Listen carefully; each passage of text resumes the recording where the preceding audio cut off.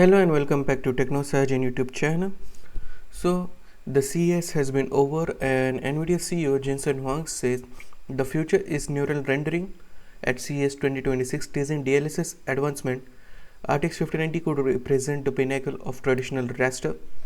What it means essentially is Jensen Huang said like in future you will have 100% rendered, not rendered frames, but AI generated frames, which is there in DLSS 4.5 because it makes 5 render frames.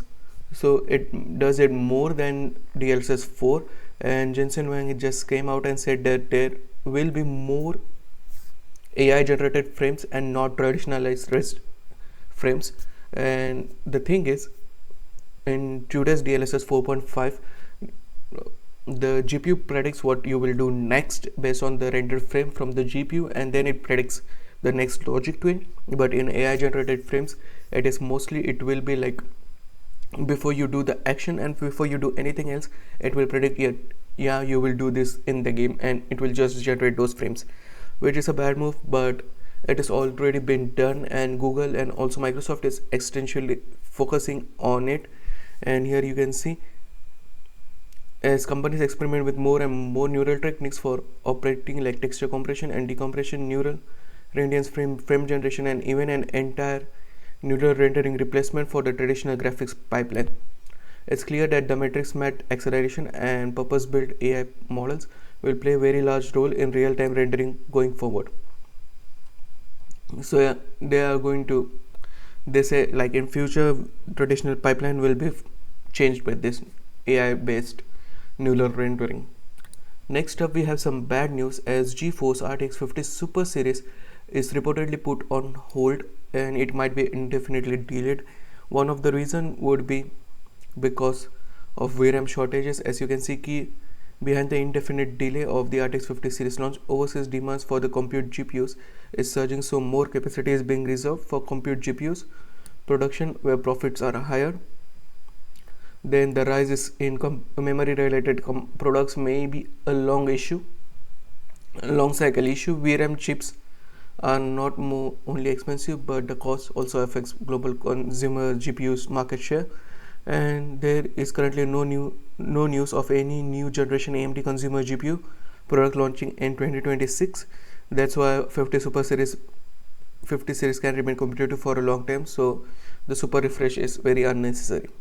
That's what's happening. But the next generation RTX 60 series and AMD RDNA 5 is reportedly set in 2027, possibly mid 2027.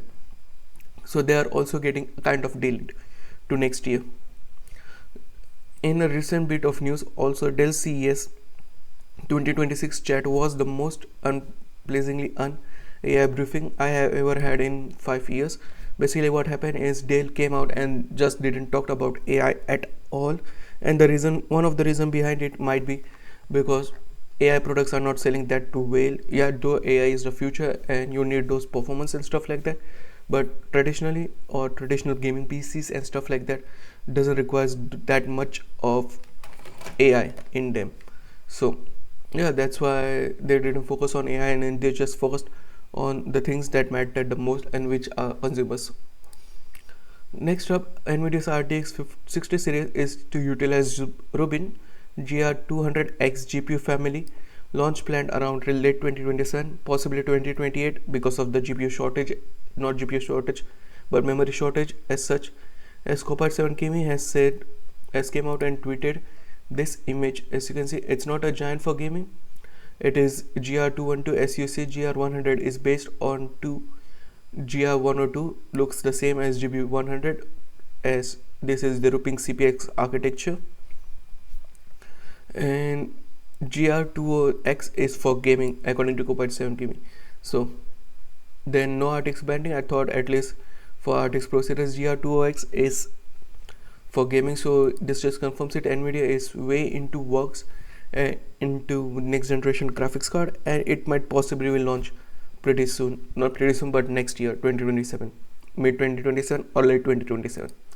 Lastly, NVIDIA is pushing neural rendering in gaming with a goal of 100% AI generated frames, as I talked about at the start of the video. And as you can see, the promise of neural rendering and gaming, you can amplify it, but here it says 10 times amplification in performance, footprint, design cycle, smooth response rendering, adaptive and personal. Gameplay grows as you do, and surprise and imagination. Here you can see how they are doing it, or they think of implementing it. As gaming on the go traditional pipeline requires rendering, frame after frame rendering, while here you will do frame render. DLSS and RTX Blackwell, you do first frame rendering and then it's all AI generated frames, and this just does more works on the TensorFlow. Along with it, tensor cores, and along with it requires more VRAM. But according to them, the AI 100% AI generated frames doesn't require that much of a VRAM, so it might one of the out of VRAM issues. But yeah, that's it from me today. What do you think about the news? Sound of your thoughts in the comment section down below, and I'll meet you in the next one. Peace out.